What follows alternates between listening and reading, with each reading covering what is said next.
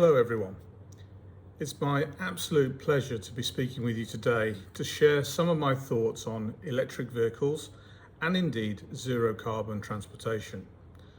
I truly believe that this will be an area of innovation that dominates this generation and, of course, depending on its success, could transform our planet immeasurably for the better.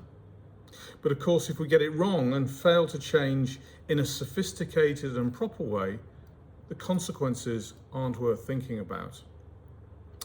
There's an old quote from Andy Warhol that sticks with me. He says, and I won't do the American accent, they always say time changes things, but actually you have to change things yourself. It's a phrase that's lingered with me since I first heard it, not least because it's a perfect reflection of my career and more broadly, the auto industry we see today. In fact, it could very much be argued that right now is the most changeable and exciting period in mobility since the horse gave way to the cart.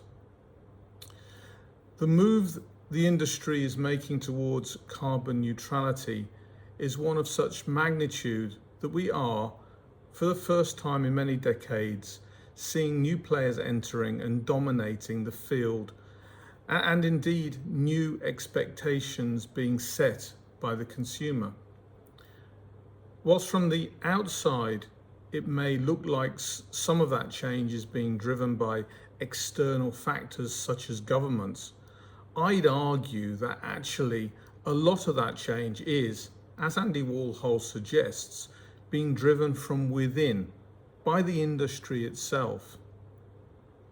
Before I get into the bulk of my thesis, always think that it's useful to understand how someone's thoughts have been shaped and molded throughout the years.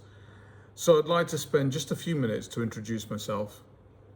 My journey in the industry began in earnest at the age of 16 when I started out as an apprentice at Automotive Products in Leamington Spa.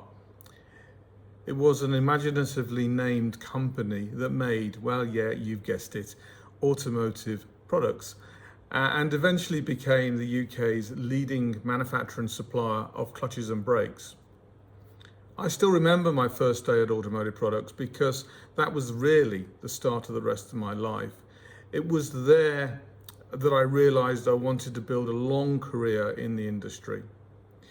This experience was not only an enriching one because I got to graduate as an apprenticeship, but also because I was able to find truly my passion, which of course was in automotive, and I moved on to Austin Rover. While I proved myself as an engineer at Automotive Products and indeed Austin Rover, it was at Nissan that made me into the executive and person that I am today. I started out at Nissan in 1991 as a manager in business administration. In 2001, I became deputy managing director, and in 2002, I ended up moving to Tokyo in Japan, where I became program director for Nissan's light commercial vehicles. The coming years would provide some of the most enriching moments of my career. In 2005, I was promoted to become corporate vice president, and in 2009, I was appointed senior vice president, with my responsibilities being extended to include global marketing, brand and communications. I became executive vice president in 2011 before culminating in my appointment as chief planning officer and chief operations officer, or COO, where I was responsible for global sales and marketing, light commercial vehicle business, Infinity business unit, product planning, program management, market intelligence, corporate planning, and most importantly, zero emission business unit, where I played a central role in developing the Nissan Leaf. We truly did some great things at Nissan. In particular, I'm most proud of forging a new niche in the industry with the first electric car that was sold en masse. Of course, the Nissan Leaf. Development for the Leaf started 15 years ago and was established as a response to Toyota's successful hybrid, the Prius. But instead of going toe to toe with Toyota and creating a hybrid of our own, we took, I think, the bold move of developing a car that was fully electric. The response from the rest of the industry verged on the edge of ridicule. I distinctly remember one executive from a competitor telling me we were better off throwing a $4 billion check into the Pacific. Needless to say, that company is now scrambling to develop and deliver its own EV offerings as the movement of travel heads towards a net zero future. After more than 2 decades at Nissan, I then moved to Aston Martin, where I fulfilled a lifelong dream of becoming CEO of a major car company. At Aston, I learned a lot about the move towards net zero carbon in our industry. Unlike Nissan, Aston weren't close to developing a future that didn't rely on an internal combustion engine. I had to move the company in that direction and eventually laid the groundwork for an electrified future. But I saw firsthand the difficulty that the journey towards carbon neutrality would bring. And I would argue here in particular the great learning of the importance of company culture and basically what the Japanese sometimes called nemawashi, which is the collaboration and consensus gaining in making a big move forward. Today, I'm the Executive Vice Chairman and CEO of Switch Mobility, which is an electric bus and van company that recently exceeded the $1 billion valuation mark to become a unicorn. This company is a subsidiary of Ashok Leyland and is spearheading the group's foray into electrification. We're the world's first net zero. We're the world's first net zero carbon automotive company. I'm also engaged with as vice chair of Innobat, a European manufacturer leading the way in developing EV battery technology. I'm the chairman of Hilo, a startup in EV scooters, as well as advising and supporting a number of businesses, including Punch Group, in the attempt to acquire Nissan Motor Iberica in Barcelona as they push forward a net zero future. As you can see, basically everything is centered around net zero. So now we're acquainted. Let me take you back to my years at Nissan and really the beginning of my experience of electric vehicles and the start of the automotive journey towards net zero. When I began developing the Leaf, it was the first generation of advanced batteries used in the vehicle. Back then we used lithium manganese oxide, LMO. Today, the battery found in the Leaf is a different chemistry, NMC, nickel, manganese, and cobalt. A much more efficient and effective battery that both lasts longer as well as charges faster. Some other manufacturers have opted for lithium iron phosphate batteries, and in particular in the early days, these batteries come at a lower cost, but also lower energy density.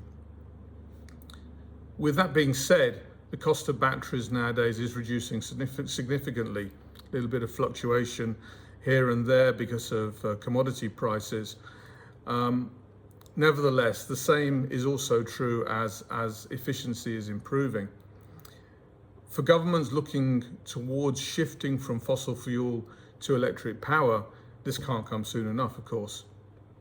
For many governments around the world, the approach seems to be to move away from subsidies and towards legislation to encourage an electric revolution.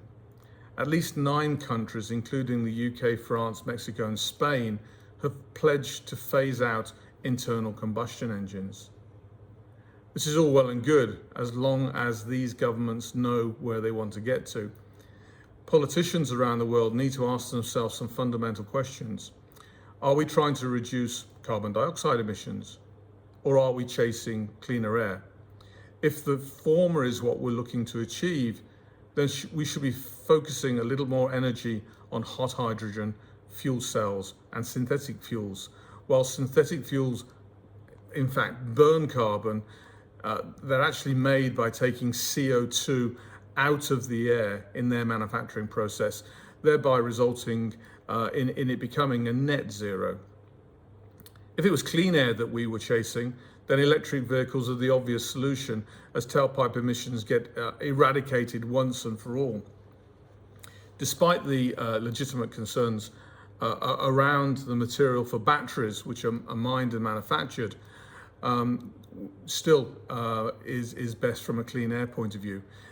However, it might also be the case that those in power both want to capture CO2 as well as tackle cleaner air. If this is the case, then what we must do is pay for the premium, given that the only viable option today in this regard is to look at fuel cells from a clean hydrogen source, with clean hydrogen sources being very, very scarce. It won't be easy, but many countries, not least India, has the talent and brains within its research and academic institutions to get us closer to making that more a reality. The reality, in my humble opinion, is that most cars and SUVs will go EV. There may be some alternative technologies around the edges, particularly, for example, heavy goods vehicle, where seriously hot hydrogen is worth looking at.